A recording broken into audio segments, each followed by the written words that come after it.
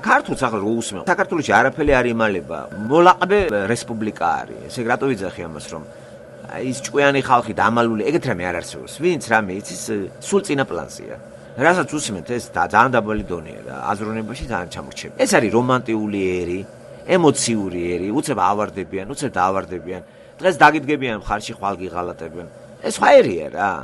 და მუდმივად ეს ერი ყოველთვის იყო დამოკიდებული სხვა დიდ ქვეყანაზე. ბიზანტია როცა იყო, ბიზანტიასთან იყო საქართველოს მიბული. ხო არ გონდა ახლა ბაგრატიონებს თავისუფალი იყვნენ. ბიზანტია დაემხო 1453 წელს თურქებთან ვიყავით მიბული და აქ ცოტა გაუგებარი იყო კულტურულ რელიგიური თვალსაზრისით. ბიზანტიასთან მეტი სიმჭიდროვე იყო ჩვენი. რატო? იმიტომ რომ რელიგია ერთი იყო, მართლმადიდებლობა. უცებ შეიცვალა და მძლავრი ესეთი ქვეყანა დაიპყრო მუსულმანებმა.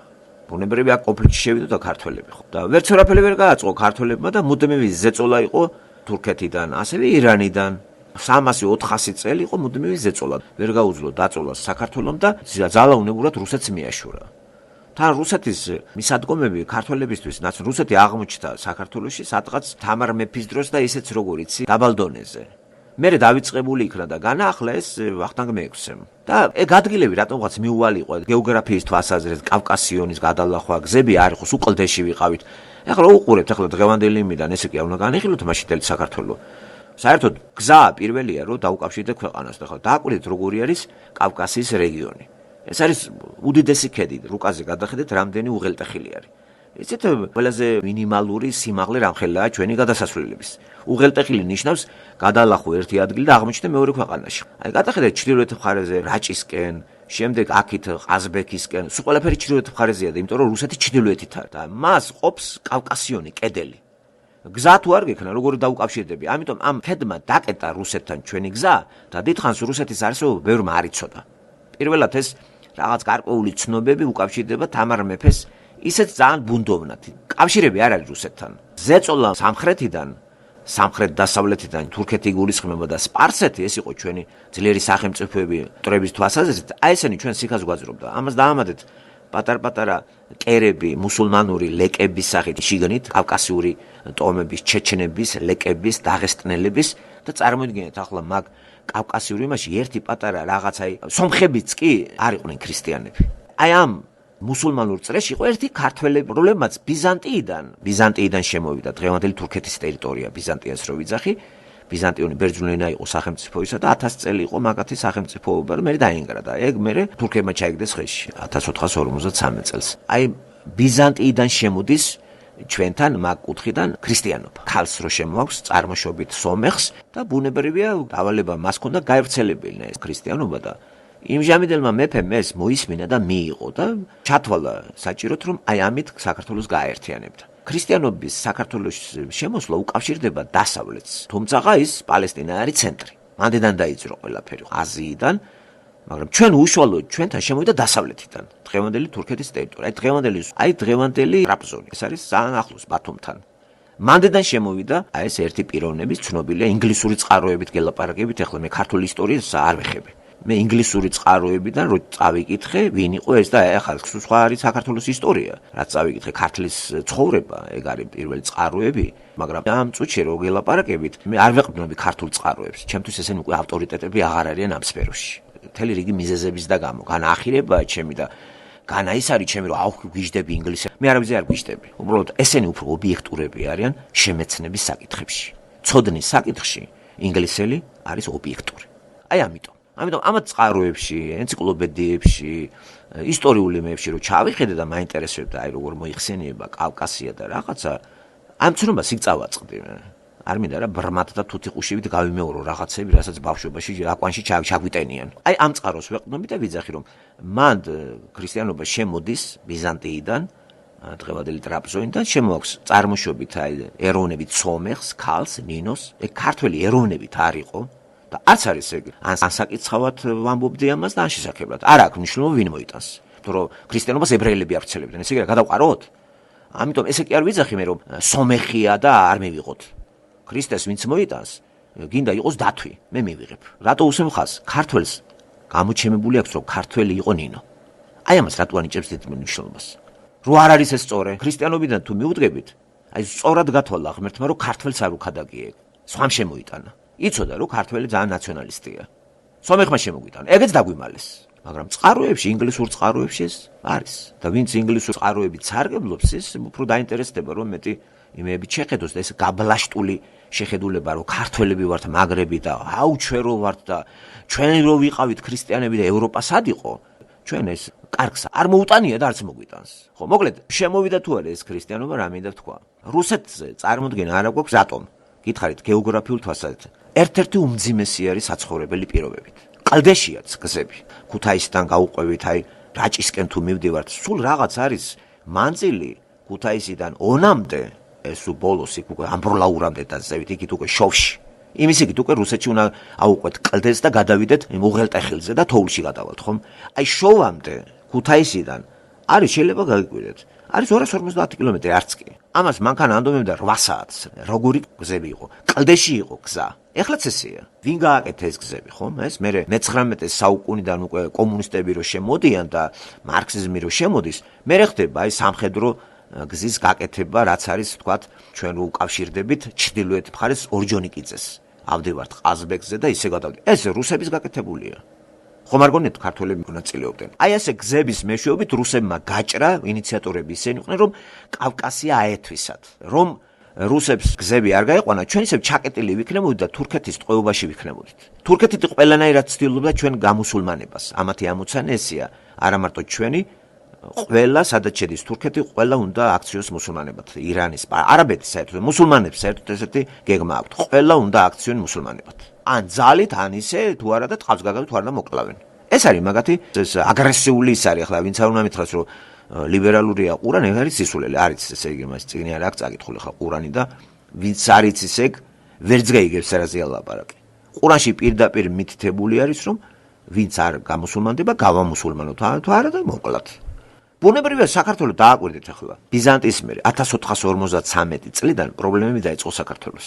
ეს არის ამდენი საუკუნე, ეს არის მე-15 საუკუნიდან ვიდრე მე-19 საუკუნის დასაწყისამდე 400 წელი ქართველები ზეწოლას განიცდიდნენ მუდმივად მუსულმანებისაგან და დემოგრაფიულად ქართველი დავიდა 250,000 კაცზე. ესენი ხო დამალულია ყველაფერი. ესე იგი, ოდიდგანვე რომ რაღაც აი ქართლის ცხოვრების ისინი რო გადმოგცემენ წყაროებს, რომ ვიყავით 12 მილიონი 11, ну, კაი, გაბერილია დაუშვათ. 10-9 მილიონი მაინც იქნებოდა მოსახლეობა, იმიტომ რომ ტერიტორია დიდი იყო, ნიკოპსიიდან დავრუმამდე და ეს არის დაახლოებით დღევანდელი სოჩა და დღევანდელი აზერბაიჯანის მინგენჩაურის წყალსაცავამდე ის იყო საქართველოს ტერიტორია, რომლის ფართობი კილომეტრებში რო გადავიტანოთ 120,000 კვადრატული კილომეტრი იყო.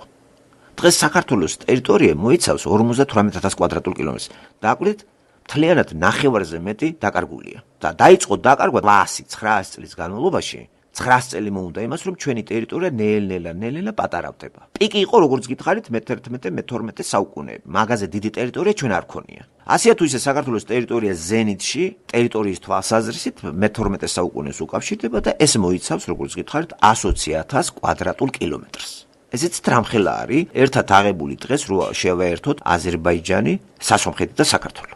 აი ამხელა ტერიტორია იყო ჩვენი. დღეს 58,000 კვადრატული კილომეტრია. იმიტომ რომ იყოს კომუნისტების დროს 70, ჩამოიჭრა მას 11,000 კვადრატული კილომეტრი. ესე იგი 8 აფხაზეთის, 3,000 კვადრატული კილომეტრი ოსეთის. ეს უკვე ჩვენ ტერიტორიაში აღარ არის. არ ვრცელდება შენი კონსტიტუცია და იმიტომ შენი ძალაუფლება სახელმწიფოში როგორც სუბიექტისა არ ვრცელდება ამ ტერიტორიებზე, ესე იგი დაკარგულია ტერიტორია. მანამდე წაიღო ჭარბელაქანი, ესე იგი საინგილო რო ქვია აზერბაიჯანმა სტალინმა უბოძა, რატომღაც ამ დაკომბალა და თურქებმა ძალიან 30% თურქებს აქვთ. იშხანი, ბანა, ეს ტრაპიზონი, ეს საქართველო იყო. ქართული ტაძრები ამას მოწმობს, მაგრამ ჟამთასიავე მიცის დაკარგვა ეს ცნობილი არის ბიბლიიდანაც ვსწავლობ ჩვენ ტერიტორიებს ვინ კარგავს, რატო იკარგება და აი ისრაელი ამის მაგალითი სოლომონის დროს რამხელა იყო მათი ტერიტორია და ეხლა არის 19,000 კვადრატული კილომეტრი. საქართველოზე ნაკლებ ტერიტორიას ფლობს დღევანდელი ისრაელი. და სოლომონის დროს მისი ტერიტორია 120,000 კვადრატული კილომეტრი იყო. ნაწინასწარმეტყველები და საერთოდ იყო 777,000 კვადრატული კილომეტრი. მათ ეს ვერ დაიპყრეს. იმიტომ რომ შეჩერდა, აღარ უნდა ტერიტორიების გაფართოება, არ დაუჯერეს ღმერთს და დაკმაყოფილდნენ იმით, შემოირიგეს მეზობლები და მუდმივი მტრობაც წავიდა. მერე თანდათან ისრაელმა თავის ტერიტორიები დაკარგა და მიაღწია სულ გაქრობამდე პირველი საუკუნე, ჩვენი წელთაღრიცხვით 70 წელი, როდესაც რომაელი ეს იმპერატორი ტიტე მთლიანად მიწასთან ასწორებს პალესტინას და ხალხს მიერეკება და გაფანტავს ყველას. დამთავრდა არსებობა პალესტინამ როგორც სახელმწიფომ, თუნდაც დაქვემდებარებულმა ერთ-ერთმა კოლონიამ რომის იმპერიაში არსებობა შეწყვიტა. იქიდან მოყოლებული 1948 წლამდე გაფანტული ერი ებრაელები მერე გაეროს ეგიდით, გაერომ ღმერთმა დაუშვა და ისევ დაუშვეს რაღაც გარკვეული ტერიტორია გამოყვეს და ებრაელები, გაფანტული ებრაელები დააბრუნეს და ასე აღსდგა ფენიქსიდან, აი ფერფლიდან ისრაელის სახელმწიფო და მას მერე ბრძოლები აქვს აი პალესტინელებთან, რომლებსაც გონიათ რომ ეს თავიანთი ტერიტორია არის. და მუდმივი არაბულ იმაშია გამოწყდეული. ესაც ღმერთმა დაუშვა რომ ამათ ტვინი ვერ გაუნათთ და ქრისტე კიდე არ არის მიღებული. თუ ღმერთთან არ განიხილავთ ისტორიას და მაშინ ვერ დაალაგებთ სწორად ადამიანური დონეზე, ხლა ყველა სუბიექტურად უყურებს ამ ისტორიას. ყველა მეფეს თავის ისტორიკოსი ყავდა და მაგათ დაუჯერო. ხო, აი ამ ვითარებაშია საქართველოს და ჩვენ ჩავიკეტეთ, ესე იგი, სანამ ბიზანტია იყო ჩვენთან, ასეთ თუ ისე მაინც ხლა არ გვემუქრებოდა ჩვენ სრული აწიოკება, იმიტომ რომ ერთია განწყობა, ბიზანტინიდან შემოდის ჩვენი ყველაფერი ეს აღმოსავლური არქიტექტურა, საეკლესიო რაღაცები. ეს ბიზანტიის გავლენა არის, ფრესკები, ხელოვნება, მერე ბიზანტიური ლიტერატურის უდიდესი გავლენა არის საქართველოში. მთელი ქართული სასულელი მწერლობა ეს ბიზანტიური არის. ის მამები, ასე რომ ტრაბახობს მართლმადიდებლური ეკლესია, ეს ბიზანტიურია, ბერძნულია. ბერძნულიდან შემოდიოდა. ჩვენ ვიკვებებოდით ბერძნული ცივილიზაციით, მართლმადიდებლობით და ბიზანტიური გავლენა უდიდესი დარჩა ჩვენი, ვიდრე იქამდე სანამ შუა აზიიდან თურქმენეთმა არ ჩავიდა თურქეთში და არ დაამხო სტამბული და სტამბულს მაშინ კონსტანტინოპოლი ერქვა და კონსტანტინოპოლი დაეცა. ეს მოხდა 1453 წელს. ეს არის საბედისწერო თარიღი საქართველოს ისტორიისთვის. გაბატონდნენ ეს ველური ტომები, მუსულმანები და ურდუები. საქართველოს პოლიტიკური მოკავშირე აღარ ყავდა. ხა დიდად დამოუკიდებელი არც ბიზანტიის დროს ვიყავით. აი რაც მდგომარეობაში დღეს არის საქართველოს ევროპასთან, ამერიკასთან, ესე ვიყავით ბიზანტიასთან. განა ის იყო რომ თავისუფალი ვიყავით. მაგრამ შედარებით ახლა მუსულმანებთან, ირანელებთან ყოფნას ისევ ჯობია მაქცევში გარკვეული დროით ჩვენი ყოფნა და გამოფხიზლებას, მაგრამ ჩვენ ვერ ვისწავლეთ ჭკუა და თუ რამეს ვინმე დამოუკიდებლობის შტით იყო დაავადებული საქართველოში და წამოყობდა თავს ბიზანტიიდან კეისრები ტყავსაძრობდნენ ქართველებს. და ჩვენი მეფეები ყოველთვის ბიზანტიელებთან, აი ბასილი დიდი ცნობილი იყო, ახსოვთ ალბათ მე-11 საუკუნის, აი ისტორიული იმებიდან თუ გისწავლეთ, ან თუნდაც ლიტერატურიდან დიდოსტატის მარჯვენაში რაღაცის ქრონიკონებიდან აღწერილი რაღაცები, მიუთითებს სწორედ მაგ ეპოქას, როცა ქართველი ერთხელ მან შეებრძოლა ბიზანტიას, აი გიორგი მეფე და აი მაინც გაბედა ბასილ დიდს. და რატო ებრძოდნენ ბიზანტიას? ქართველებს მაინც დამოუკიდებლობა უნდა და როგორც დღეს. არასოდეს ქართველს ტვინი არ მოუხმია, რომ დამოუკიდებელი ვერ გახდები ღმერთის გარეშე. ღმერთი მიგაბავს რა ვიღაცასთან და უნდა გადაგარჩინოს. პრინციპში ჩვენ დემოგრაფიულად საფრთხე არ გვემუქრებოდა ბიზანტიიდან. შეიძლებოდა საფრთხე ყოფილიყო გნოსეოლოგიურად, კულტურულად, არც რელიგიურად იქნებოდა საფრთხე, იმიტომ რომ მართლმადიდებლები იყვნენ ისინი. ყველა წყარო ბიზანტიიდან შემოდიოდა მართლმადიდებლური. მერე მაგ აზეთი არა რუსეთისკენ გავიდა, როდესაც რუსეთმა მე-9 საუკუნეში ეს მე-10 საუკუნე 988 წელი არის რუსული სივრცე ქრისტიანობის სიმღერების ჩვენთან 327 წელი, რა თქმა უნდა ეს ლიტერატურა იქითაც წავიდა. და ჭიდრო კავშირში რუსები ბიზანტიასთან იყვნენ. საზღვაო. რუსებს მეტი გასავალი ჰქონდათ ზღვაზე და ზღვაოსნობაში უფრო წარმატებული იყვნენ ვიდრე ქართველები. ქართველები ოდითგანვე საქათმის ცნობიერების მატარებელია ქართველი. მოკალი ქართველი და ვერსად ვერ ამოგზაურებ, თქვათ ან რამე აღმოაჩინოს. ერთი კუნძულიც არ აქვს აღმოჩენილი რომელიმე სხვა ქვეყანაში, ხო, რომ რაღაცა ჩვენი იყოს. გვაქვს 3000 წლიანი ისტორია. ვერ გავჩნდით საქათმეს. და ტრაბახობთ რა და რაც ქონდა ისეს დავკარგეთ. აი რუსებს ეს ტერიტორიის გაფართოების მაბატე და მისწრაფება ქონდათ ხურუში და ზღვაც ხელს უწყობდათ მათ ხომ და ცდილობდნენ ის სტრატეგიულად ისეთი ადგილები დაეპყროთ, რომელიც ზღვაზე გაიყვანათ. მაშინ არც თვითფრენავი იყო და არაფერი ერთადერთი ის იყო ზღვაზე. აი ამ ზღვით მათ კონსტანტინოპოლთან გააბეს კავშირები და ჩვენზე წარმატებული იყვნენ ბიზანტიასთან და სწორედ ამან გადაწყვიტა ის რომ ბიზანტიელები ყოველთვის რუსებს რაღაცნაირად რევერანსებს უკეთებდნენ და ჩვენ გვავიწროებდნენ. მოხდა ისე რომ ბიზანტია როგორც გითხარით არსებობა შეწყვიტა, მის ადგილზე თურქეთი წავიდა და ჩვენ ჩავიკეტეთ. ჩვენ აღარც იქით რუსეთს არ ვიცნობთ, არ ვიცით რუსეთთან ურთიერთობა ჩვენ დიპლომატიური არ აქონია. არასოდეს გითხარით ეს იყო გამოწვეული გეოგრაფიული სიძნელეებით, ვერ გადაფრინდებოდი, თვითფრენავი არ არის. ზღვაზე გასასვლელი არ არის. ხო, ჩვენ ზღვაოსნობაში ჩვენ არავინ არ აკვავდა ისეთი ვახტანგი წავიდა და ვეღარც მიაღწია ასტრახანამდე და რა ვიცი, ან ჩაიხჩოდა, ან მოკვდა გზაში გახსოვთ ეგა ხომ, ვახტანგ მე-6-ეს ვოიაჟი რუსეთში წარუმატებლად რო დამთავრდა მაშინ პეტრე იყო და პეტრეს თხოვდნენ, რომ რამენაირად ქართველები რო იწრიტობოდნენ სისხლისგან და მუსულმანებისგან, რომ გადაერჩინათ და რუსეთზე დახმარებას თხოვეს. რუსებმა ერთხელ, ორჯერ, სამჯერ ვიღალატეს. უყურებდნენ, სანამ ჩვენ ისეთ მდგომარეობაში არ ჩავარდებოდით, რომ მთლიანად მაგას გეგმა ქონდა ესეთი, რომ მთელ კავკასიაზეც გაბატონებულიყვნენ, საერთოდ თურქეთზეც გაბატონებულიყვნენ. ეს შორს გამიზნული გეგმები რუსეთს ყოველთვის ჰქონდა და ეს დაადასტურა მე 19 საუკუნეში 1860-70-იან წლებში რუსეთ-თურქეთის ომმა, რომლებიც რუსების წარმატებით დამთავრდა და რომ არა ინგლისი, ალბათ სტამბულს რუსები აიღებდნენ. ბრიტანეთი აქ ჩაება და გარკვეული გაგებით აჭარის ტერიტორიის დაბრუნება შევძელით ჩვენ რუსების დახმარებით. ეგეც ყველაფერი ხდება 19 საუკუნე, მაგრამ მანამდე საქართველოს გამოვვალ მდგომარეობაშია. აწიოკებაზეა. ესე იგი კაცი ვერ გათოხნიდა ვერაფერს, რომ იქიდან არ შემოსეულიყვნენ. ახლოს არის. ჩვენ ახლა ქედი არა გვაქვს არაფერი, პირდაპირ ესე იგი ბათუმიდან არა გვაქვს ჩვენ ისეთი ჩაკეტილი ის ბუნებრივი იმით, რომ ძნელი იყოს გადმოხვიდე ლაშქრით. და უადვილდებოდათ რა იგივე ირანიც. დაადებდა თავს 70,000-იანი, 100,000-იანი ლაშქარი და მოდიოდა. როგორ გინდა გაუძლო ამას? და მუდმივი მოგერიების იმაში ვიყავით რეჟიმში ჩვენ. მოცივდებოდნენ ისინი წააცხამდნენ ჩვენ ხალხს, შემოგვიყრიდნენ თავისიანებს. ასე აირია აღმოსავლეთ საქართველოს სისხლით. და ეს გავს აი იმ სურათს ბიბლიაში რო აღწერილი სამარიაში, ესე იგი, ჩრდილოეთი ისრაელი, როდესაც გამოიყო თავის ძმებს 931 წელს, მან დრო შეესია სირიიდან აღებული იქნა ეგ, გადმოასახლეს სირიელები და ასე წარმოიშვა სამარიტელები სისხლის არევის შედეგად. ხალხი აქედან იუდეველები იქით წაიყვანეს, ისრაელიანები ჩრდილოეთი, იქიდან თავისიანები შემოიყვანეს. ამ საქორწინო აღრევის შედეგად წარმოიშვა ისეთი ერი, აი სამარიტელები, რომლებსაც ძალიან ახალ აღთქმაში ჩვენ ხვდებით მერე და ცოტა ისე მოიხსენიებს თქვათ იესო ქრისტე. ესე იგი, ჩვენს ქართულ სივრცეში ანალოგიური იმას განვიცდებით. მოდიოდნენ თურქები, წაასხამდნენ ჩვენ ხალხს, არჩევდნენ ლამაზებს, ხო არის, ყველა ერში არის მახინჯიც ლამაზი, გამოარჩევდნენ ახალგაზრდა ჭაბუკებს, გოგონებს, გაირეკავდა შახაბაზიქა, ეს ცნობილი ფაქტი არის, ეს ჩვეულებრივად ყველა პოლიტიკოსი ამას აკეთებს ისტორიაში. და თავისიანებს ხარახურა ხალხს, რა თქმა უნდა, შემოგვიყრიდნენ. ასე გაჩნდა ჩვენ ქვეყანაში აზერბაიჯანელები და მსგავსი. 500 წლიანი ისტორია აკავშირებს ამას, თორე ჩვენ კი არ დაგვიბადებია ეგ ხალხი. შემოგვირეკეს ეგა და დაფუძდნენ მერე. ჩვენი ხალხი კი წააცხეს ფერიიდანში და 1,5 მილიონზე მეტი არის, ხო, გადაგვარებული ქართველები უკვე. ასევე თურქეთმა წაიყვანა ეს ხალხი. პოლიტიკოსები ამას აკეთებდნენ, რომ რაღაცნაირად ეს ინტეგრაცია ყოფილიყო, ხო, გენეტიკურის და ყველაფერი.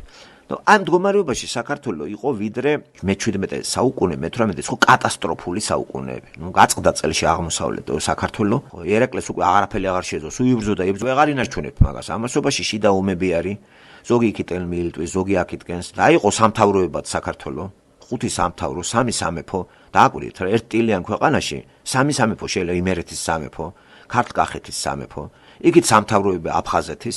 აი ესეთი მდგომარეობა, ისეთი სამარცხვინო ისტორია საქართველოს. შეგრცხვებათ რა, იტყვი რა ერი ვართ. არაფერი მანდ სატრაბახო ქართველს არ აქვს. ეს იყო მუდმივად შინაური ომები და მერე გარეშე ომები. გარეშე ომებს მოიგერიებდი, ახლა ერთმანეთს დაერეუდნენ. სამარცხვინო ბაზალეთის ომი 1625 წელი. ცნობილი მარტყოფს მოყვა მერე ბაზალეთი. ვითომ მარტყოფში გაერთიანდა ყველა ქართველი და დაამარცხეს მუსულმანური სამყარო, აჰმად-ხანი და ასე შემდეგ. ამის მერე ერთმანეთს დაერივნენ თავადები ისინი და გაჟუჟეს წვრილი აზნაურები და ამ ომს შეეწირა სააკაძის ოჯახის და გაიქცა მერე ირანში და შვილდისრით მოახჩეს. მაგანაც ხო უღალატა თურქებსაც უღალატა, ქართველებსაც უღალატა. საერთოდ გიორგი სააკაძეც მოღალატე პიროვნება იყო. ეს გმირად სულ ტყუილად არის შეფასებული საქართველოში. ეს იყო მოღალატე ტიპი, რომელსაც აი დღევანდელი ისტორიიდან თუ განვიხილავთ, მაგასაც უნდა სათავეში ყოფნა, მაგრამ ეს აზნაური იყო და ისინი არ გააკარებდნენ ბაგრატიონები ამას. როგორც დღეს ხდება საქართველოში. ამიტომ ხალხი გადაიყვანა თავის ჭკუაზე და მესიის როლი იკისრა. განდევნეს თავადება, შეეკრა იქით ოსმალეთს და ოსმალეთს ატყუებს. ახლა უნდა რომ დაიპყროს საქართველო. ამ დროს თავის მიზნები აქვს, ამას უნდა გავლენიანი ეს თავადები მოთოკოს, მოსპოს და გამეფთეს. მაგრამ საერთოდ დარჩა, როცა ადგილობრივი სამთავროები თურმე შეკრული აღმოჩნდნენ აი აჰმად-ხანთან. და მან თითიც ვერ დააკარა. აქ მიხვდა ის, რომ მოტყუებული იქნა. და რაღა ექნა მან, თუ არა ის, რომ თავისი ჯარი შემოყვანილი იქიდან, ეს სამარცხვინო ისტორია, ეს ფაქტია. ეს ფაქტია, ვერც ერთი თქვათ ისტორიკოსი ვერ მალავს და წერლებმაც ბევრი მიუძღოს ამას რომანები, დიდი მოურავი. ფილმიც გადაიღეს ამაზე და ყველა თავისებურად იყენებდა. სტალინმა თავისებურად გამოიყენა ეს სიუჟეტი. ფაქტია, რომ თვითონ ეს პიროვნება სააკაზე იყო წინააღმდეგობით სავსე. მე-17 საუკუნის ზვიად გამსახურდია იყო. ბევრი შეეწირა ამას ქართველობა, ამის პოხონდრიას. ვერ გათვალა ვერაფერი. მოტყუებული იქნა, გაბრაზებულმა იძულებულიყო შაჰბაზის თორემ მოუძღოდა ამ ხალხს დაემარცხებინა, მატყოფის ბრძოლა სწორედ აქ შეიკრა ქართველები ყველა და მერე ერთმანეთს დაერივნენ. გიორგი სააკაძე განდევნილი იქნა. ამ ბრძოლაში დამარცხდა გიორგი თავის გლეხებით, ბაზალეთის ტბის სამარცხინო ისტორია. განდევნილი იქნა უკვე ამჯერად ირანში და იქ დაასრულა სიცოცხლე, აი მშვილდის რაღაც იმით მოახჩეს. აი სამარცხინო ისტორიის კაცი არის. ვერ გაიგებდი რა შეეწირა, რისთვის ომობდა, მთელი ოჯახი მაგას შეეწირა, იქ შვილი დადომძევლა თავი მოსჭერეს, ეგ ცნობილი ფაქტები არის. ესეც ერთ-ერთი პორტრეტი ქართული ცნობიერების წინააღმდეგობისა და სისულელეების. ამიტომ ეს გმირად პირადად ჩემთვის არ ჩაითვლება. ქრისტიანი ხო არ იყო და არ იყო. მოდი ვთქვათ, რომ ქრისტიანობა საქართველოში არასოდეს არ ყოფილა. და ჩვენი ტრაგედია სწორედ იმაშია, საქართველოს ისტორიის ტრაგედია, რომ ქართველი არასოდეს ქრისტიანი არ ყოფილა. ეს არის თამაშობა, რაც ხდება, ეს არის ძალათმოხვეული ჯერ ბიზანტიიდან, ბიზანტიის დამხობის მერე ჩვენ 200 წელი გაუთავებელებში ვიყავით ამ გაუთავებელი პატარ-პატარა შემოსევების მოგერიებაში და მერე რუსეთისკენ გაიჭრა გზა და ისეთ საზღვაო მიწავით ასტრახანი. კავკასიონს ვერ გადახვიდოდი. და ასტრახანით აი ვოლგის იმას აუყვები ესე და ესა დიდი ხანი მგზავრობა მაგას დიდ ხანს ჭირდება. ის გზა რომელიც ახლა სამხედრო გზას უკავშირდება, ეს მე-19 საუკუნეში გაიჭრა. და ჩვენი თერგდალეულები მაგზით მიდიოდნენ ილია ჭავჭავაძე კახეთიდან, მასე მიდიოდა გაიხსენა თერგი და თერგის დალეულობა რას ნიშნავს და მე სტეფან წმინდას რო შეჩერდა და მისი მგზავრის წერილები ილია ჭავჭავაძეს. ხო გახსოვთ სკოლიდან მაინც. მაგ დროს ეგ გამალებილად მუშაობს რუსები და ეს გზა გაიჭრა. და ეს იყო ძალიან ძლიერი გზა, ეს დაგვაკავშირა ჩვენ ჩრდილოეთთან, რუსეთთან. აი მაგზის შემოსვლას მოყვა კერძოდ ის რომ რუსეთთან უკვე მჭიდრო ურთიერთობა წავიდა. მანამდე პირველი ნაბიჯები, როგორც გითხარით, გადადგა მე-17 საუკუნეში ვახტანგ მე-6-ე, მაგრამ არ დაეხმარენ. სულ ბოლოს ეს ამას აკეთებს უკვე 1798 წლის ტრაქტატი რო დაედო ერეკლე. საქართველოს ფაქტურად აღარ არსებობს. 801 წელს საქართველოს მოსახლეობა 250,000 კაცი იყო. 250,000 დღეს არის ქუთაისი, მაცხოვრებელი 250,000 კაცი, ან გალდანი. ამდენი იყო საქართველო. შეიძლება გაგიკვირდეთ. ეს არ არის ჩემი ფანტაზია. წყაროებია და ახლა ვინც მალავს ამ წყაროებს, ხო იცით რა მოსაზრებით, რომ აგრები ვარ და როგორ შეიძლება ეს. ესია და მე მინდა რეალური სურათი, რა თქმა უნდა, ახლა გაბლაშტული რაღაცა ქება დიდება და ქებაი და დიდება ქართულისა ერისაი მე არ მინდა. მე მინდა ნამდვილი ისტორია. აი რუსეთთან შეერთება ეს იყო ფიზიკური გადარჩენისათვის სწორი გადადგმული ნაბიჯი. ამ ხრივ ერეკლეს მოგეხსენებათ ძალიან ბევრი ისინი გამოუჩდნენ, მაგინებლებიც, მაგრამ ფიზიკურად ეს სწორი ნაბიჯი იყო და ეს მე მგონი ღმერთიდან იყო ნაკარნახე, ხა ერეკლეს თავში არაფერი არ ექნებოდა, ხო? ფიზიკურად ქართველიერი გადარჩა. თავარი ხო ფიზიკური გადარჩენა არის. რუსეთთან შეერთებამ რა თქმა უნდა ჩვენ ფარხმალი დაგვაყრევინა და რუსები უფრო გაჯეჯილდნენ და ახლა ისე შეგინარჩუნებდნენ იმას და თანდათან ჩვენი სახელმწიფო გაუქმდა. ბაგრატიონების დინასტიამ არსებობა შეწყვიტა 801 წელს და ის ბუკანასკლიანი მეფე გიორგი მე-13 წოდებული. ეს იყო ბოლო მეფე საქართველოს ისტორიაში. აქედან დაიწყო რუსეთის გავლენის კავკასიაში სფერო. გაბატონდნენ მოკლედ და გამოცხადდა გუბერნიებად. თბილისის გუბერნია, ქუთაისის გუბერნია და გუბერნატორები დაინიშნა. მოგეხსენებათ ერში ეროვნული გამოთაყვანებულ ხალხს რა დალევს? მუდმივად იყო შეთქმულება და ვინ? გლეხები კი არა. ყოველთვის მოთავადო ხალხი. აი ცნობილი 1822 წლის შეთქმულება, რომელიც გახსნილი იქნა და დაჟილი ბევრი და ამას გადაყვა ბევრი და დიმიტრი ყიფიანები და რა ვიცი გრიგოლ ორბელიანმა უკან წაიღო ყველაფერი და რა ვიცი ეს ხომ მამაძაღლი კაცი იყო თავისი. საერთოდ უნდა გითხრათ, რომ ქართველი თავადები ყოველთვის გამყიდველები იყვნენ, როგორც ბიზანტიის გავლენის დროს, ასევე შაჰბაზის დროს, ასევე მუსულმანებთან სულ ყიდიდნენ ჩვენ მოსახლეობას, რასაც დღეს აკეთებს საქართველოს მთავრობა. დღევანდელმა საქართველოს მთავრობამ გაყიდა ჩვენი მოსახლეობა ევროპაზე, ამერიკაზე, აი აიხსნას მე არ ვიცი ახლა. ბევრი ადამიანი თახმება, რასაც ვლაპარაკობ და ეს მათი პრობლემა არის, ხო, მაქვს უფლება ჩემი მედიტაციები წარმართო ჩემ ტომზე და ჩემს ერზე და ეს სულაც არ ნიშნავს იმას, რომ ზიზღით ვლაპარაკობ ამას და სწორი დიაგნოზი დავსვა და აქედან გამოსავალე. ხო და გაბლაშტული და ახლა პანეგირიკი ერისა მე არ მაინტერესებს. ერთი ვიცი რომ ჩვენ არაფერი საქართველოს ისტორიას ქართველებს არაფერი შეუქმნიათ ისეთი რომ თქვათ სატრაპო ხომ მქონდეს. არაფერი აბსოლუტურად. თუ ხელოვნება ყველაფერი ბიზანტიის გავლენა არის. ეკლესია მონასტრების მშენებლობა ეს ბაზილიკური ნაგებობები, იქ რაღაცა ფრესკები რასაც ახლავს ამას. ეს ყველაფერი არის შუა საუკუნეების გავლენა. კერძოდ მოყოლებული დასავლეთ რომის იმპერიამ არსებობა რო შეწყვიტა და გაიყო რომი ორად დასავლეთი და აღმოსავლეთი, ჩვენ აღმოსავლურ იმპერიაში მოვყევით და შესაბამისად 1054 წელს ეკლესიაც გაიყო და ჩვენ აღმოსავლური ორიენტაცია დავიჭირეთ. და სულხან-საბა როცა ცდილობდა რომ ევროპაში კარები გაეჭრა და წავიდა საფრანგეთში მოგზაურა ცნობილია მისი ევროპაში მოგზაურობელი ესეთი წერილი თავად ნაშრომი ესეთი სულხან-საბასი ნახოთ რა სავალალო მდგომარეობაში არის ქართველი. ქართველებს არავინ არ ცნობს ეს როგორც ველური ტომები. იმოგზაურა საქართველოში ალექსანდრე დიუმამ, იმოგზაურა არქანჯელო ლამბერტიმ, ჩაწერეს ჩანახატები და ისეთნაირად არის წარმოდგენილი საქართველოს თმები ყალზე დაგიდგებოთ. ეს იყო მათთვის ევროპული ცივილიზაციისათვის რაღაც აი კავკასიური ველური ტომები. ჯიგიტები თუ შეიძლება ასე თქვას, ხო, ჯიგიტი ეს კავკასიური მუსულმანური ტერმინია. ქართულად შეიძლება ითქვას აი როგორც რაინდი და რაღაცა ცხენზე მჯდომი კაცი, ხისთავიანი, ქართულად კიდე რო თქვა, უფრო ხისთავიანი ჯიგიტი. ესე რო თარგმნოთ. ყოველივე აი ამ სურათების შედეგად მე ჩვენ აი ერეკლე უფრო პროგრესულად მოაზროვნე იყო და რომ გადაეჩინა თქვა რა თავისი საგვარეულო, ხლა საგვარეულოსაც უნდა გადარჩენა ჭირდება, ხომ? იძულებული იყო გაეფორმებინა ეს ხელშეკრულება, რომელიც ეს ხელშეკრულება ბოლომდე რუსებმა არ დაიცვეს და ბუნებრივიც არც დაიცვეს, რო ეტენები კაც აღარ შეიძლება შენი იმეებით მიხვიდე იცი პირობებით გამორიცხე შენ შნო აღარა გაქვს და ერთ მორწმუნე ესე იგი მართლმადიდებლობას გაიხედეს გამოიხედეს და არავინ არ არის ისეთი ქრისტიანული აი რუსებმაც ბიზანტიიდან აიღეს ეს რელიგია და არა კათოლიციზმი დასავლეთიდან აქ სრულიად თანხმობა იყო იმიტომ რომ რუსული ლიტერატურაც ბიზანტიური იყო ჩვენც ბიზანტიურით ვიკებებოდი და ამ ხრივ წმენის საკითხში არანაირი განსხვავება არ იყო ამიტომ შევეტენეთ რუსულ ბიზანტიას, მაგრამ ქართველი მაინც ახაც არ დაყაბულდა იმასე, რომ დამოუკიდებლობის ჭია აქვს გარკვეულ ფენას, რომ თავისი ქართველები რო ტანჯოს. დამოუკიდებლობა განამთელი ერს უნდოდა. დამოუკიდებლობა ერთ წრეს, რომელმაც უნდა ტანჯოს ქართველები. აი რასაც დღეს საქართველოში ეკალე. დღეს დამოუკიდებელი პარლამენტია. რასაკეთებს მე? მოსახლეობას ტყავს აძრობს. დღეს სახეზე ხო ჩანს. ტყავის გამძროლი დღეს ქართველი მთავრობა არის. რამდენი ხანია უკვე 25 წელიწადი. აგვაწიოკეს რა მოკლედ. მოსახლეობისთვის ყოველთვის ნეგატიური არის ქართველი მთავრობა. მაგას ჯობია ესე სხვა გმართავდეს. თუ ეს რატომ არის ეს ბიბლიიდან გაიცემა პასუხი ჩვენ რომ ნენელა გაყვებით ამ სურათებსაც. ახლა ბიბლიის სწავლა მე იმიტომ მადგება რომ ზოგად სოფლიოს სურათი მინდა კარგად წარმოვაჩინო და ამ სოფლიოს სურათში ქართველი ტომის ისტორიაც მინდა და არ მინდა რა ეს გაუთავებელი სუფრაზე სადღეგრძელები მაგრები ვარ და ყოჩაღები ვართ. არაფრის მოცემი არ არის. 300 წლის ისტორია გაქვს და დროსიქს ვერ კერავ და აგერ 200 წლის ისტორია გაქვს ამერიკას და ლიდერი არის პლანეტას. ამა დაგვაფიქროს რა. იძახი ახლა შენ ქართველი ხარ და ის არის და ატკინე ახლა მამალოსავით სერზე შემოსკუპდე და იყივლო ახლა. გულადი მამალივით.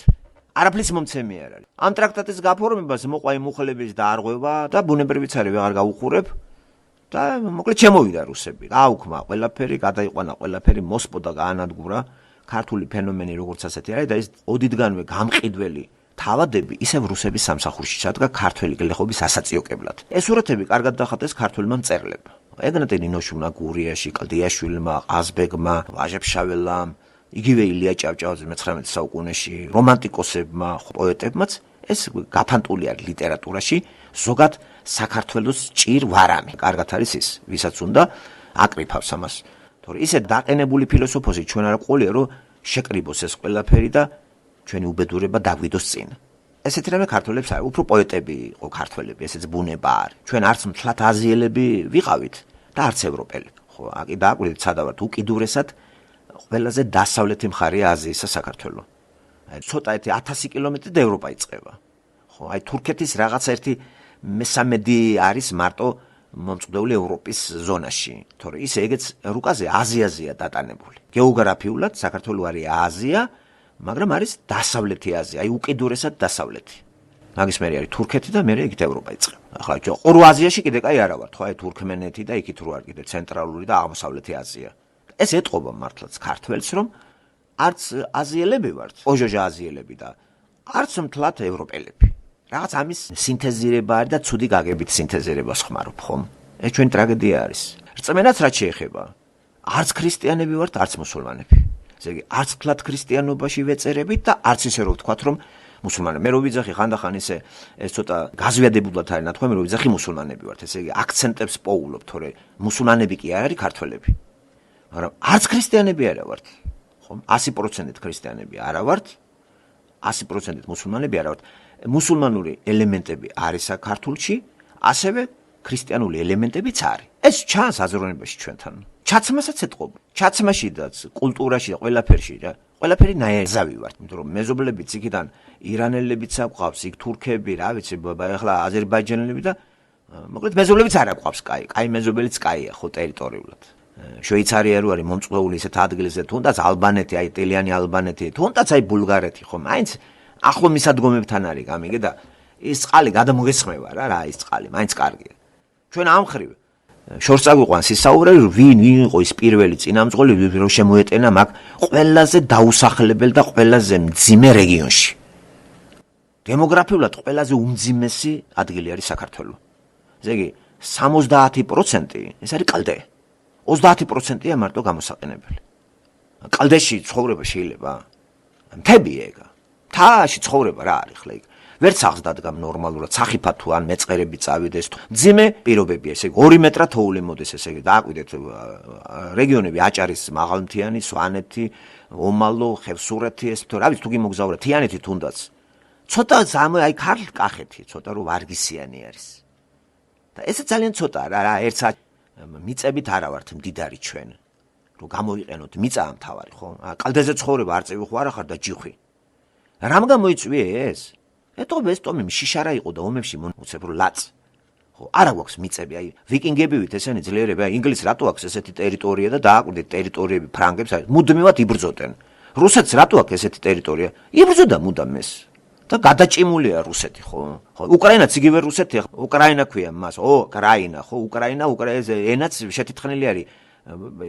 იგივე როგორც მეგრელი ქართველიც გამოიყო. მეგრელიც იგივე ქართული ტომების წარმომადგენელი არის. როგორც ჩვეულები ვართ, უბრალოდ აი რაღაცა ხურუში აქვს და ეს ენა დაიტოვა დანგრეული მორთიაჟი და რა ეგრუც რომ მოусმენთ, ეს არის დამახინჯებული ქართული. ჯერ ქართული ენა რა არის და ახლა მით უმეტეს მეგრული ენა. ესთეტიურად კაი მოსასმენი მეგრული არ არის. უფრო ქართული, ან სვანურს რომ მოусმენთ, ახლა ეს ენა სვანური კაცო ეს რა ვიცი ეს დაბალდონია, ნუ. მაგრამ ქართული ტომები არიან, ქართველნი არიან ესენი. ტომთა გაერთიანება არის, კუთხური ენა დაშორდა ზოგად სალიტერატურო ენას და მე ეს რო გაერთიანდნენ ეს ტომების გაერთიანება, ქართულ ტომთა გაერთიანება, ფშავების, ხევსურების, ხო, თუშების. აი უნდა ნახოთ თუშებსა და იმებში როგორი ვერ გაიგებთ მოხევისა და მოხევს კიდე გაუგებთ. ხევსურსაც გაუგებთ. აი თუშების ენას თუ მოგისმენიათ, ეს ქართულ სალიტერატურო ენას დაშორებული ენაა, გადაგვარი ცნობიერება დაბლა დგას. ქართული ამხრივ უფრო აღმატებული ენაა. ზოგად სალიტერატურო ქართულზე ვლაპარაკობ, მე რო წაიკითხავთ ქართულ ენას, რუსთაველის ენა. ეს არის ენა. მეგრული ენა ეს ენა არ არის, საწყენად კი არ ვიცახი. ყველა ენას თავის ტომს თავისი ენა აქვს. ამენი ჩვენ ვერაფერს ვერ აკეთებ. და ბუნებრივია რომ საქართველოს სივრცეში გაბატონდა ქართული სალიტერატურო ნორმა, გაბატონდა და ეს გამოცხადა. ახლა მეგრულად თემას არ წერს უნივერსიტეტში. ეს ოჯახში ლაპარაკობს მეგრულად. არც სვანი გამოდგება, გამოცდებს რო აბარებს, სვანურ ენაზე არ აბარებს და სვანურად ზეპირებებაში არ ქართული ენას თხოვენ მას. საქართველოში სამუშაო ქართული ენა არის და არა მეგრული და არა სვანური, ხომ? აი ამაშიდაც ჩვენ ერთგვარად ვერ გავერთიანდით და იგივე არის უკრაინაც, ხო? ეს უკრაინაც რუსეთია ესევ, კიევის რუსეთი ისტორიაში პირველია რუსეთი ეს, რომელიც მე დამახინჯებული ენით ოკრაინა, აი ესე განაპირა რუსეთის განაპირა მხარე, ასე ქვია უკრაინულად უკრაინას. ოკრაინა განაპირა მხარე. რუსეთი ეს და რა უცნაური ესენი ჭუბობენ. და აი რუსეთმა გააფართოვეს ეს ტერიტორიები, კიევის რუსეთი, მერე მოსკოვი მატიანეში როდის არის მოხსენიებული. მერე ბრძოლები და ეს მოგეხსენებათ რუსეთს დიდი უბედურება დაატყდა თავზე, როდესაც აი ეს მონგოლ თათართა შემოსევები, იცით თქვენ, ცნობილი, აი რომელიც კულიკოვის ბრძოლა, რომელიც რუსების გამარჯვებით მთავრდება. მონღოლებმა ჩვენც კაი სიკა გაგვაძრეს და ბევრი ტერმინებიც დაგვიტოვეს, მაგალითად, ულუფა მონღოლური სიტყვა არის. როცა ვიძახით ულუფა მინდა ჩემი ულუფა, ეს მონღოლების გავლენა არის და ბევრი სიტყვა არის ეს მონღოლური და ქართველ ერშიც მონღოლური ისინი შეიმჩნევა, აი გარეგნობითაც კი, იმიტომ რომ დიდხანს მოგინოდნენ ჩვენთან ესენი როგორც არაბები, 400 წელი თბილისი არაბების ხელში იყო. დააკვირდით 400 წელი არაბების ხელში არის თბილისი. ეს ხდება მხოლოდ ევროპაში რაღაც ძვრები რო იყო, ჯვარასუხმერთმა დაუშვეს, ვეღარ მოიცალეს ჩვენთვის არაბებმა და იდროვა დავით აღმაშენებელმა და ეს ცნობილი ომი მოგებული იქნა დავით აღმაშენებელმა რო განდევნა ეს, მაგრამ მათ კვალი დაგვიტოვეს ჩვენ. აი მეჩეთების კვალი, ტოლერანტობაზე რომ თავზდებ და მაგრები ვართ. ის გინდა არ გინდა მოგვახვიეს თავზე და მე სისხლის აღრევასაც დიდი მნიშვნელობა აქვს და ქართული ტომი ისე არის სისხლით აღრეული, ვერ გაიგებ ვინ ქართველია და ვინ სომეხი, ვინ თათარი და ვინ არაბი. ამას რო გავყვეთ გენეტიკურად, ვერაფერს ვერ მივაგნებთ ჩვენ. ამიტომ ტრაბახი მე მიმაჩნია სისულელეთ. დღეს ეს ღირებულებები არ არის სწორი. ისრაელმა ვერ შეინარჩუნეს. ისრაელის იმიტომ უკრძალავდა ბიბლიის თანახმად ღმერთის სისხლის აღრევას, რომ ქრისტე უნდა გამოსულიყო. და როცა ქრისტე მოვიდა, ისე რიგი ტეხიათ მე რაზინა ქენთ და ეხლა ამ წესებს ისე ებრაელები აღარც ასრულებენ. და იქ როცა სისხლის აღრევა ხდებოდა, რომ მკაცრად არის ხო ის წესები მიცემული ისრაელიერს, თუ არავისთან სისხლი არ აურიოთ. ამას თავისი ამოცანა აქვს. მათ ვერ შეინარჩუნეს და ქართველი და რო ტრაბახობენ ქართველები ვართ და ისეთი ხალხი ტრაბახობს, მაინც ვისაც სახეზე ეთყობათ, რომ ისინი გადაკეთებული გვარით არის, ხო? ახლა ქართველებს ღარიბაშვილი არ არის ქართველი. ენა იცის, ხო? მეტი არაფერი. ისე გენეტიკურად თუ ეს არ არის ქართველი, არც უსუფაშვილი. გავყვებით თუ გინდა ბევრს, ხო? თვით ილია ჭავჭავაძე დედით სომეხი იყო. აი, კოჟოჟა სომეხი დედით. სტალინს დედით იოსი იყო. ცნობილი ამბავია და აქ ახლა ეროვნებაზე აქცენტის დასმა ჩამორჩენილობად მიმაჩნია მე და ეს არის გამაღიზიანებელი ქართველი რომ სულ ქართველობენ და ვინა ვარ ჩვენ და ქართველები ვარ და სააკაძე და ვინ არის სააკაძე და იმის წარმომადგენელი კიდე რაში მჭირდება მე ხო გადაკეთებული გვარები მე კომუნისტების დროს სულ ყველამ გადაიკეთა ქურთებმა გვარები წერეთლებად დადიანებად ბაქრაძეებად დადაშკელებად ბევრმა ქურთმა ეს გვარები გადაიკეთა საადმე მოვძებნოთ ახლა ვინ არის სისხლი აღირია სისხლის აღრევას გენეტიკური გადაგვარებაც მოყვა და შესაბამისად ინტელექტუალური ვარდნაც. და ნახეთ რა სირეგვენი არის ქართველში ხომ? პირობითად უწოდებთ მაგ რესპუბლიკას ხო? ვერ გაიგეთ მან რა ხდება. მაგრამ მაგას თავისი ახსნა აქვს, რატომ მივედით მაგ ამ მდგომარეობამდე ჩვენ. როცა საქართველოში ქრისტიანობას იღებს ქვეყანა, იმა კი არ უნდა ითამაშოს ქრისტიანობა. უნდა გააღრმაოს ეს და დახვეწოს და ავიდეს მაღალ დონეზე. რაც ევროპამ და ამერიკამ გააკეთა თავის დროზე და იმ ინერციით ცხოვრობს დღეს ევროპა და ამერიკა. კრიზისებში ეხლა, მაგრამ იმ ინერციით ცხოვრობს. საქართველოს რუსებს დაუახლოვდა რა? რუსებმაც გზები გაკვალეს, გზები დაგვიკავშირეს, რაღაცნაირად გაიჭრა გზა და ჩვენი ქართველები, ჩვენ ეგრეთ წოდებული ინტელიგენცია სუნთლად მიეწება რუსებს. სუნთლად მიეწება. ახლა პრობლემა დადგა რუსებისგან განთავისუფლება. მთელი მე-19 საუკუნე ეს არის ეროვნული დამოუკიდებლობისათვის ბრძოლა. დღესაც ამას აგრძელებენ. როდის მოიღება ამას? მთელი მე-19 საუკუნე ბრძოლა დამოუკიდებლობა. ეს კრეტინიზმი, ეს დამოუკიდებლობა რა. და ვინ იწყებს ამ ბრძოლას, იცით? ერთი გარკვეული ვის აწყობს დამოუკიდებლობა? ვის აწყობს? აი მაგალითად აწყობს ღარიბაშვილს. რასაც უნდა იმას გააკეთო. მოსახლეობას აწყობს ეგა. მოსახლეობას ააგდებენ. რა უნდა მოსახლეობის აგდებას? გამოხვალ და ისე ერთი ორი აგიტაცია ჩაუტარე, ტელევიზია აამუშავე და იცი რა რუსი გვიმონებს და ეს გლეხიც აყვება, როგორც ზვიად გამსახურდიან, გამოიყვნენ ეს ჯოგი, აყვნენ და დაკარგეს სახლები აფხაზეთში და ოსეთში. გამსახურდიას ამ ყოლმა ხალხმა აფხაზეთიდან კინწისყრით გამოყარეს. ამსახურდა სახლი ისევ ისე აქვს და მისი შვილი ოჯახიც არის. აფხაზეთში კიდე ქართველებს 350,000 ქართველმა დატოვა ადგილი. ნუ ეხლა ვიღაცები კი დაბრუნდნენ იქ და შეუძვრენ აფხაზებს და რაღაცებს და უფრო ჭკვიანები აღმოჩნდნენ კიდე ესენი, ვიდრე ისინი ეგრეთ წოდებული. ხო გამოიყარენ ეგ ხალხი. არასწორი პოლიტიკას მოყვება მეგობრებო ეს.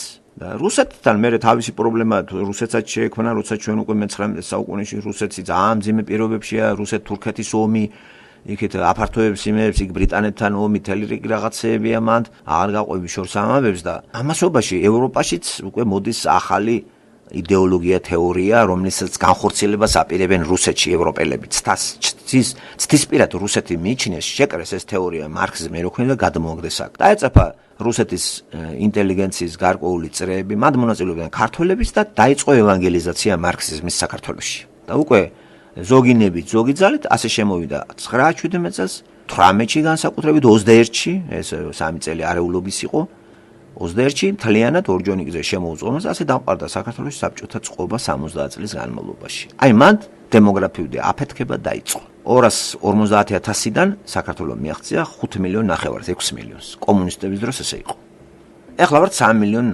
კომენტარები თქვენთვის მომინცელი პანორამა გაგიშალეთ საქართველოს ისტორიიდან. აქცენტები დავსვი და ჯერ კიდე იმაში ვზივართ, აი ყუმეთში ვზივართ რა.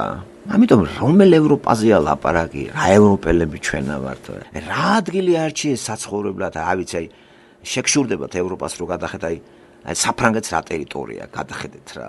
თუნდაც ესპანეთს ბევრი ქვიანი და ღერიანია, მაგრამ მაინც ნახეთ რა კაი ადგილზეა იქით ზღვები რაღაცა, აი რატო ირჩევდნენ მაგ ადგილებს. ასევე საუკეთესო ადგილია თურქეთი. აი თურქებმა დღევანდელი თურქმენეთიდან წამოსული, თურქმენეთი ხო იცი ძალიან მანდან წამოვიდნენ შუა აზიიდან. ხმელთაშუა ზღვა, შავი ზღვა, მთელი აი მთელი ზოლი, ესე იგი, ჩრდილოეთი, აღმოსავლეთიდან დასავლეთით თურქებს შავი ზღვა აქვთ. 1100 კილომეტრი თითქმის ზღვა აქვთ მათ შავი. შემდეგ გასასვლელები ხმელთაშუა ზღვა სამხრეთით. რა კარგი ადგილია რა, გეოგრაფიულად. ამ ტელიან თურქებს. შენ გასულიყავი, შენ თუ მაგარი იყავი, შენ დაგეპყროს ბიზანტია. და გამოდევა და ვიძახე მშვიდობის მოყარე ვარ, ისაი, მშვიდობის მოყარე არა, ის არის ქართველეთი. ქართველი არის ერთმანეთის მჭამელი ერი. არამე დაგვეპყრო თუ დამპყრობელი არ ყოფილიყარ, არც ყოფილიყარ ერი.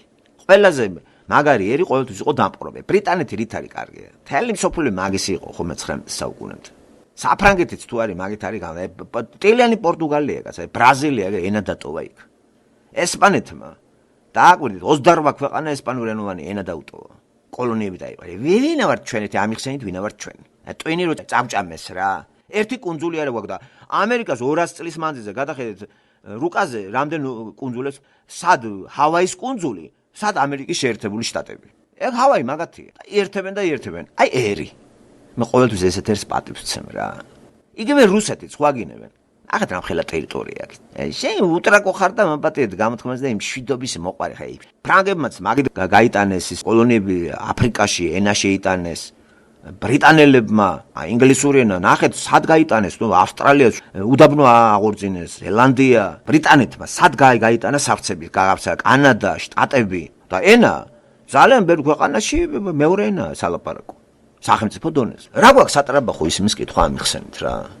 მითხარით, ნუ რო ტრაბახობ რა, რით ტრაბახობ? რა ტრაქტორი შენ არ გაგიკეთებია, ტრუსიქს ვერ კერავ, დასაცმეს ვერ. არ შეგვჭა მაგაცო ამ ქართველმა. არ ჯობია რომელიღაც იმას შევეტენოთ და ბოლო-ბოლო ერთ რაღაცა გუბერნიათ მოსახლეობამ ამოისუნთქოს. ახლა უყურე 177 წურბელას, რომელიც წურბელაც მოსახლეობას სისხლს წოვს. პარლამენტის წევრებზე ლაპარაკი და 21 მინისტრს. რა თუნდა თბილისის 21 მინისტრი. აი ვიღუპავს მოსახლეობას. ხო მიდის დაღუპვისკენ ყველაფერი და მაგას დამაჯერებთ აი ეს სვლა. რაც ხდება ეს აყვავებისკენ მიდის. ეს არის მოსახლეობის განადგურებისკენ. ის რაც ხდებოდა 400 წლის უკან თურქების მეშვეობით, ის ხდება დღეს ქართველი მთავრობის მეშვეობით. ქართველები დემოგრაფიულად იწრიდება. და ლუკა მაპურის საშუალებლად ქართველები გაიხვეწნენ. განაქვეყნების დასაყრობად წავიდნენ, რომ ან ცნობიერად დაიყროს ქვეყანა რაღაცა იქ თავისი კომუნიკის შექმნას და ქართული ემიგრაცია გამრავლდეს და გამოეყოს ქართულ დამახინჯებულ გაგებას, რაც თბილისში და უკეთესი ხარისხში აიყვანოს. აქ ინგლისელებმა, ბრიტანელებმა ისე გაავრცელეს ყველაფერი, უკვე ნახეთ როგორ ის არის, ხო თავიანთი ის არის, ხო შვილები გადაყრილი ენებით, ავსტრალია, ზელანდია, კანადა შტატები, აბა ვინ არიან ესენი? ამათ რა აქვთ ხმის ამოღები ვერ გავიგე ამ ისტორიას, უხარხაშო ხმლები და ტვინი წაიღეს, ნუ. რა ტერიტორია არა გაქვს. არცად ქართულ ენას არ ლაპარაკობენ. არც ერთი კოლონია შენაქონია. ხო საჭიროა გადაფასდეს ისტორია და ეს პანეგირიკული ისტორია შეიცვალოს რეალისტური ისტორიით და გაგებით. რა თქმა უნდა ნარცისისტული ისტორიის სწავლა, რისი მომცემია ესა? და თუ ჩვენ ფიზიკურად გადავრჩით, ისევ ათეიზმს და იმას უნდა უმადლოდეთ მარქსს და ღმერთს საბოლოო ჯამში რომ თქვა რომ ამ ქრისტიანობით თქვენ ვერ გამრავლებით და ათეიზმი შემოგვიგდო. ეს სირცხვილი იყო ჩვენი ერისა, რომ ქრისტიანობა ათეიზმზე გაიცვალა. ქრისტიანობაში ვერ გამრავლდით. ქრისტიანობის ფორმალურ ქრისტიანობის შედეგად 250,000-ზე დავეცით. და ათეიზმით 6 მილიონს მივახციეთ. არ არის ეს პარადოქსი? არ არის ეს? თავარია ვიცოდეთ მსოფლიო ისტორია, რომელიც ბიბლიაშია მოცემული და იმ შუქზე უკვე ჩვენ ისტორია არაფერი ძნელი სასწავლი არ არის. არაფერი თარიღები იქ არა, გაცილებით უკეთესი არის რომის საბერძნეთის შესწავლა, იმიტომ რომ საბერძნეთსა და რომში დაერწა ისაკვანი დღეს ამერიკის შეერთებული შტატების კონგრესი, ეს ფაქტურად აი გადმომღერებული არის რომის სამართალი. მთლიანად სამართალი რომიდან არის აღებული. შტატების კონგრესი და სენატი და სიტყვებიც კი მთელი ეს ტერმინოლოგია აღწერა დახასიათება რომის სიმიდან არის აღებული. აი რომის ცივილიზაციიდან და კლასიკური ქვეყნები იყო ხომ ეს საბერძნეთი და რომი, ანტიკური სამყარო. ჩვენ ახლა ტილიან ქვეყანად განვიხილებით სადღაც საერთოდ მიტოვებული ყველა არც ბრიტანეთის შემოსულა მან და არც რომი. თუ ჩვენთან იყო ყველაზე ტილიანი ხალხი მოდიოდა ჩვენ სასაცილებლად. აი ბრიტანეთის შემოსული იყო მან და დავებყარით ჯობდა რა. რუსებს რო შევეტენეთ, იმას ვერ შევეტენეთ. მაღალ განვითარებული ერის კოლონიაში ყოფნა მირჩევნია მე ვიდრე დაბალიც. ახლა რუსები თვითონაც ძალიან ესეთი საზღარი ისტორია აქვს ამაგათაც რა. ურთიერთ გამომრიცხავი რო გავიცანი ისტორიას, რა ვიცი, აი თქვენ ყალხზე დაგიდგებათ, მონგოლური რასა არის ეგეც, აი აჭრელებული ეგეც, არც აზია, არც ევროპა. ნუ ტერიტორია კი აქვს ევროპული, ურალსაკით ევროპა, ურალსიკით აზია და ევრაზიული მასე კონტინენტზე გადაჭიმული, მაგრამ გრამტვინი არა აქვს რა მაგათაც რა. ეს მონგოლოიდური რასა არის, ეგაც მე სლავიანოფილობაც დაემატა ამათ და მაგას რო აარჩევ მეზობლად, მაგრამ სხვანაირად არ შეიძლებოდა მაშინ ჩვენ ხომ გითხარით, გეოგრაფიულად მძიმე გარემოში ვცხოვრობდით, კლდეებში ვცხოვრობდით ხეობაში. ხეობაა ჩვენ, რიონის ხეობა, თერგის ხეობა, მტკვრის ხეობა და აკვირით სულ ხეობაა. საცხოვრებლად გამოუსადეგარი ადგილი ეგ. ეგ არის ტურისტულად, აი დასათვალიერებელი ზონაა. კარგი ტურისტული, მაგრამ ცხოვრება ცოტა რთული ფენომენი არის და უნდა შესაბამისად მით უმეტეს დღევანდელი თანამედროვე ცხოვრება ითხოვს თანამედროვე ტექნიკას, ყველაფერს და ამ ხრივ ახლა გზებიც არ არის, სად უნდა იმოგზაურო, კლდეში როგორ გზა არ არის იქა და კლდეში მანქანა მიაროს ახლა აი თუ გემოგზაურიათ რიონის ხეობას თუ აუყვებით იმამდე შოვამდე, აი საცდაობა რა. ტურისტული თვალსაზრისით ლამაზია. მას მეგეუბნები ცხოვრებ, ძიმე პირობებია ცხოვრებით. დანათ შიშარა იყო ერი რომ ომებს მოერიდა და შემოვიდა და კავკასიაში შემოსახდა იმ მოსაზრებით რომ ტრები არ შემოსულიყვნენ და მართლაც ქართლ კახეთიდან აიყარა ხალხი მე და სვანეთში ავიდა და შახაბაზი კი არასულა. უტევდა ქართლ კახეთს. და ის დასავლეთის რეგიონებს ქუთაისამდე იქ რო ხეთქეს ბაგრატისის რო ჩამოანგრიეს იქ თურქებმა რა აი ტაძარი ეგ იყო და ეგ. კი რა ეხლა ეგზოტიკურად იცოცხლე ეხლა დაათვალიერებ და კარგი ეხლა მაღალმთები რაჯობია მაგას, მაგრამ ერთიად ესთეტიკა და მეორეა ცხოვრება. მძიმე პირობები აქვს ხომ თაში ვინ ცხოვრობს. თბილისი ეგ ძიმე რეგიონი არის, ქვაბივით არის თბილისიც და თავისებურიში და მოძრაობებია წყლებით არის სავსე მე, სადაც კლდოვანი ეგ ბევრი წყლები არის და ჩანს კიდევაც ხომ ამ ასფალტების ინგრევას იწევს ეს მიწა და პრობლემა სეისმური ზონაა მე არ დაგავიწყდეთ ეგ რეგიონი კავკასიის კაი როგორც ჩილედან რო გაყვებით იმას ეს მაგიმაზე ვზივართ ჩვენც კავკასიონი ჩილეც ხო ესე რო ავყვებით იმ სეისმურ ზოლს თუ გადახედავთ რუკაზე საქართველოზე გადის სეისმური ადგილია და ერთ ჩვენ დღეს შეიძლება დარტყმა მიიღოს ასე რომ ეგ საცხოვრებლად არ არის კარგი ადგილი მაშინ გაკ ნიჭი რო არჩიო კარგი ადგილი საცხოვრებლად და მარტო ის სახლის დადგმა ხომ არ არის ქვეყანა არის მიწა საძოვრები უნდა გქონდეს რესურსები მიწის ქვეშ რა არის ყლდეში რო იცხოვრებ რა უნდა იყო ყლდიდან აი ნახეთ რუსეთს ტერიტორია ყველა ელემენტი აი ქიმიური ელემენტი მიწის ქვეშ რუსეთს აქვს გაზი ნავთობი მეტალები სულ რესურსებზე ცხოვრობს ისე უტვინო ერი ტყე ხო არ ვიცი ახლა ტყე აიგა 8 საათი უნდა უფრინო აი სიმდიდრე ესე ბუნებრივი რესურსებით პირველ ადგილზე რუსეთი არის იმიტომ უტევენ რუსებს ევროპა გამოხმა და უნდათ რა რაღაცეები მათ რუსებს ძალიან ბევრი რაღაცეები აქვს აი ეს ბრძოლა მიდის ახლა რა რესურსების დაუფლებისათვის და საქართველოს პლაცდარმა არის რა თოული არის ისეთი მაღალმთიან რეგიონებში რაღაც ის ბალახიც აღარ არის რომ ცხოველი ბევრი გაამრავლო რომ ადგილი გჭირდება ხო მოგეხსენებათ ცხოველი იცვლის ადგილებს და ერთი და იგივე იმას რო ძობს მე გადაადგილდება სხვაგან და მოხეტიალე имას ეწევა ხო ახალი ბალახები და ამას ტერიტორია ჭირდება და რა ტერიტორია ჩვენა გვაქვს რომ რაც იყო ნორმალური რაღაც ციტრუსები და ცოტა ნორმალური რაღაცა 8000 კვადრატული კილომეტრი აფხაზეთი წაიღეს რუსებმა ეს მშვენიერი ყველაზე კარგი ადგილი საქართველოში ყველაზე ლამაზი და სუბტროპიკული იყო და კლიმატითაც კარგი და რა ვიცი მანდარინი პორტოხალი ჩაი მზე ყველაფერი ერთ-ერთი ფასრო წარტაცებს აი თვალწარმტაცი ქვეყანა აფხაზეთი არ ჩააბარეს რუსებს ამ უტვინო ქართველებმა თავისი უტვინო პოლიტიკი იყვირეს აფხაზეთი ჩვენია და წაართვეს და თუ ჭუით არ იქნებიან სამეგრელოსაც წაიღებენ ჩვენ დღეს მეგრელიც ეთქვის აღარ მინდა შენთან ყოფნა შეეტენება რუსებს დემოგრაფიულად მეგრელები ყველაზე მრავალი ცხოვანია საქართველოში იგით მე ეს სამცხე ჯავახეთი იტყვის აი სომხების დასახლებული რო არის მაინც არ ვრცელდება რეგიონი ეგეც იტყვის აღარ მინდა ერევანს შეეტენება პერსპექტივაში საქართველოს ეს დაქუცმაცება უწერია დარჩება ალბათ თბილისი ქუთაისი ახლა ხუმროთ 58000 კვადრატული კილომეტრი აქედან რამდენია მიწა ნაყოფიერი რამდენ პროცენტზე დავიყვანოთ რა შეგვჭა ჩვენ არაფერი თბილისი არის და ბეტონი და რკინა არის ახლა თბილისი ბაღი არ არის არაფერი არ არის თბილისი მოსავლისმად ვერ გამოვიყენებთ რესურსად ხომ მადარი მოსახლეობის თითქმის ნახევარზე მეტი მაცხოვრობს 1,800,000 კაცი თავისუფლად არის თბილისში მოსახლეობა მთელი საქართველოს არის 3,5 აქედან 2 მილიონამდე თბილისში ცხოვრობს ხალხო